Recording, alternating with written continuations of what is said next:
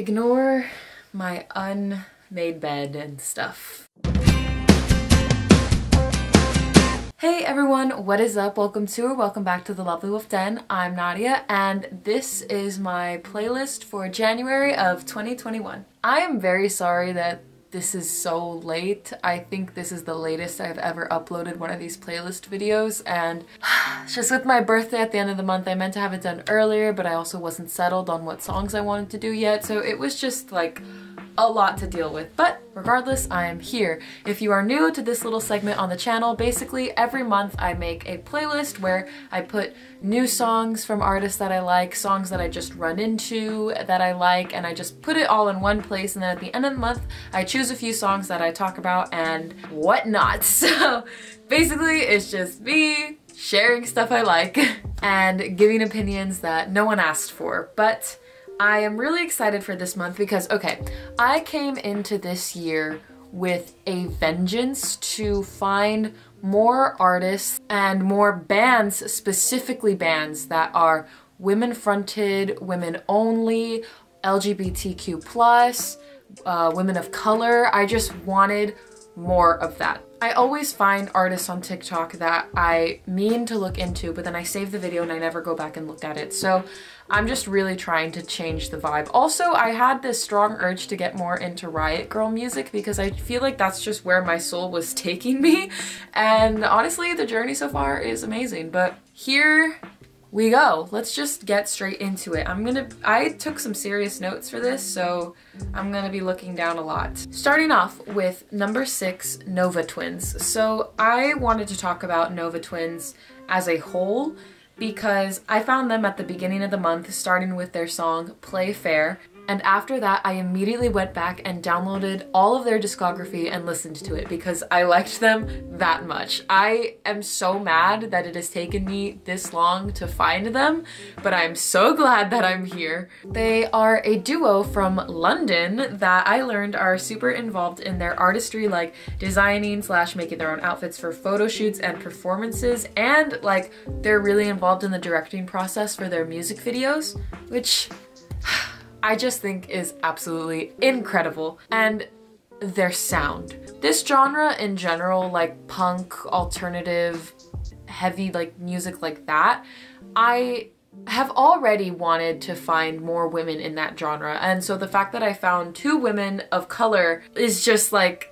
amazing because I feel like this genre does need more women. Whenever I see TikToks, this is a bit of a tangent, but whenever I see TikToks that are like, oh, emo kids, like, or if you had an emo phase, like, do you recognize all these songs challenge? And it's all men. All Time Low, Sleeping with Sirens, Falling in Reverse, Bring Me the Horizon, which, don't get me wrong, great artists, but like, I thought about it and I was like, wow, when I went through my emo phase, I really wasn't listening to that many women. What's up with that? So I'm really glad that I'm back with a vengeance and I found them. I am so obsessed with their vibe. First of all, they are beautiful. Like, their sound is very bass and guitar pedal heavy with no synths from what I can tell, which aren't a bad thing. I listen to a lot of music with synthesizers and whatnot, but honestly sometimes I just crave that natural instrument sound, and it's just this music that they make just really vibrates with all throughout me.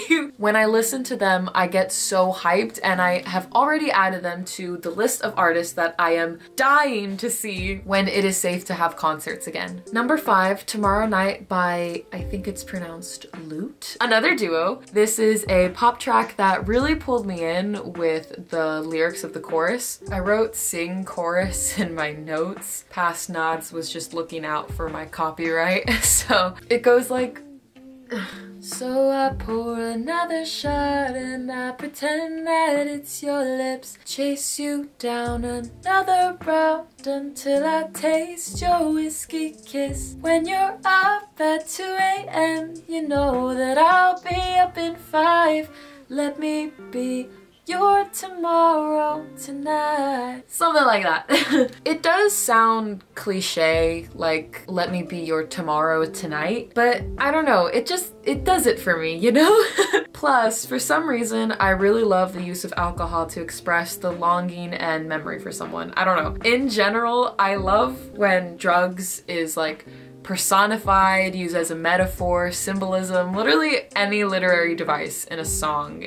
It just basically, it's just so dark and satisfying to me. And the track itself is really like 2016 reminiscent. However, like it's all the good components of 2016 music toned down to fit a more 2019 vibe, which is when it came out. It's simple, it says it, I like it.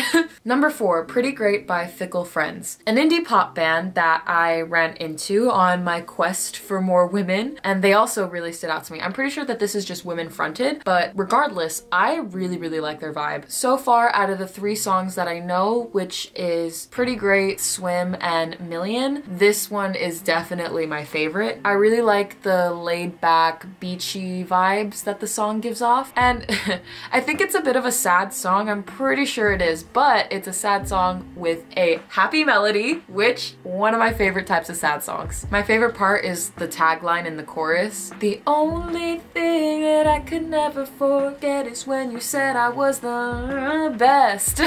It's a banger. I cannot lie. Number 3, Wet by Daisy and the Scouts. I want to start this by saying I really hyperfixate on this one part in the song. Daisy and the Scouts, please do not copyright me. Ooh! I don't know why. Every time I listen to this song, I just cannot wait for that part. It happens a few times, and every time it just, I don't know, it just hits a nerve in me that's just right. I can't explain it. I really recommend reading the About section on Spotify for this band because it's pretty funny. I was trying to learn more about them and I read the About section and it's just like, it's really interesting. I love the use of whatever guitar it is they're using in the song. I am not enough of a music buff to be able to name which guitar it is, but I know it's a specific one because it's really recognizable and I'm really obsessed with it. It really sucks that they're inactive right now and they only have this album from 2017, but you know what? I'll take it. Number 2, Brainwashed by Between Thorns. Okay, so I need to read word for word what I wrote in this section because I like learned something while I was writing it. Okay, so I can't for the life of me figure out how old the members of this band are, but shout out to TikTok for showing me them. They are British, which is also cool, but oh my gosh, this person's voice is incredible. And then in all caps, oh my gosh, I just learned that the lead singer is 17. Whoa. ... Okay, well anyway, this song is everything that I love. That pulsing beat that is so energetic, that pause before the chorus, talking about a girl whose red dress goes up to her thighs, ...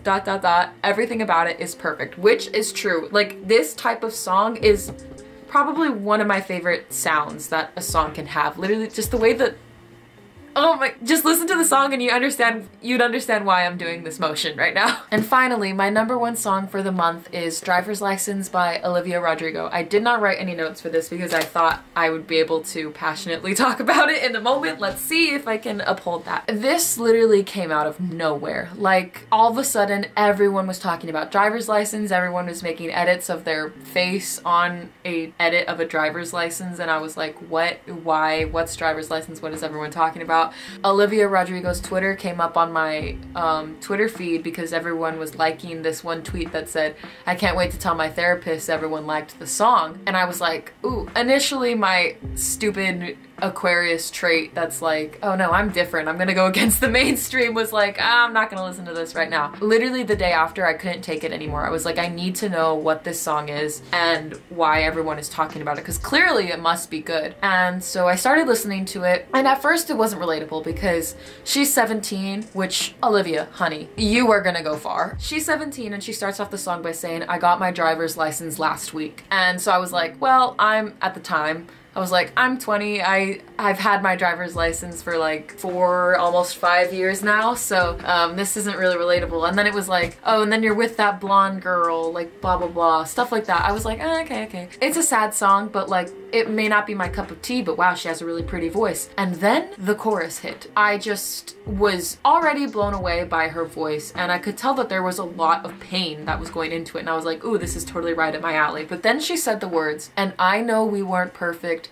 but I've never felt this way for someone. And immediately chills just broke out all throughout my body. I could not believe how much power and control this girl has on her vocal abilities. It is absolutely insane. The chorus and the lyrics in it are just so well written. I know we weren't perfect, but I've never felt this way for someone. And I just can't imagine how you could be so okay now that I'm gone. Though I could literally start crying right now. I just feel that. And it was in that moment when I realized why that song was so popular. It just encompasses a lot of pain that I feel like many people can relate to, especially the heartbreak of losing a first love, which is really clear throughout the song. And so that's my take and in my case, like why I think that song is so popular. Like there's the hate train going on right now of people being like, oh, like,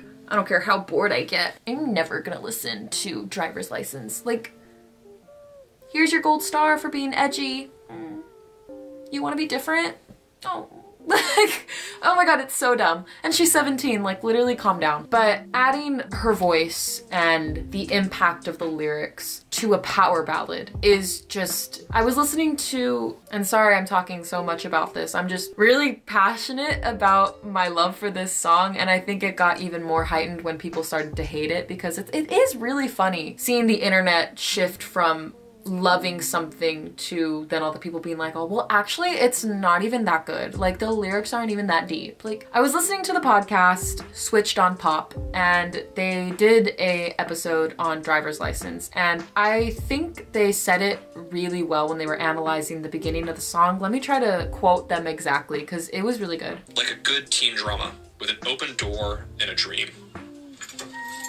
Door opens, dinging alarm turns into the piano.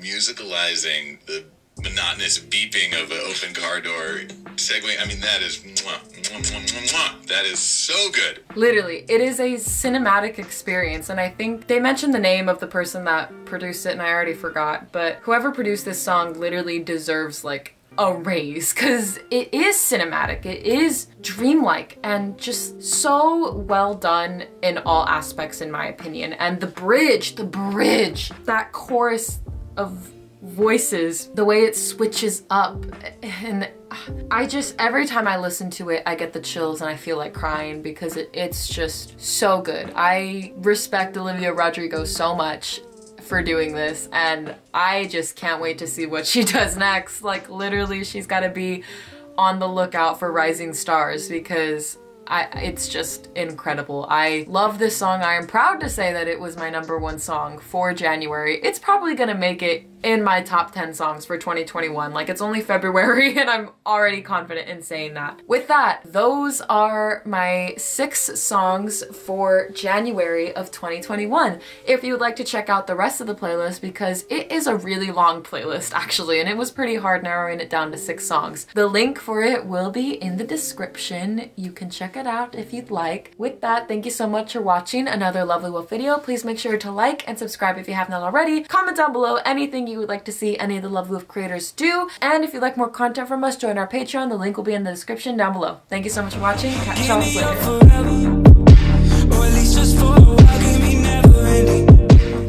You're said forever, now I drive a line past you straight.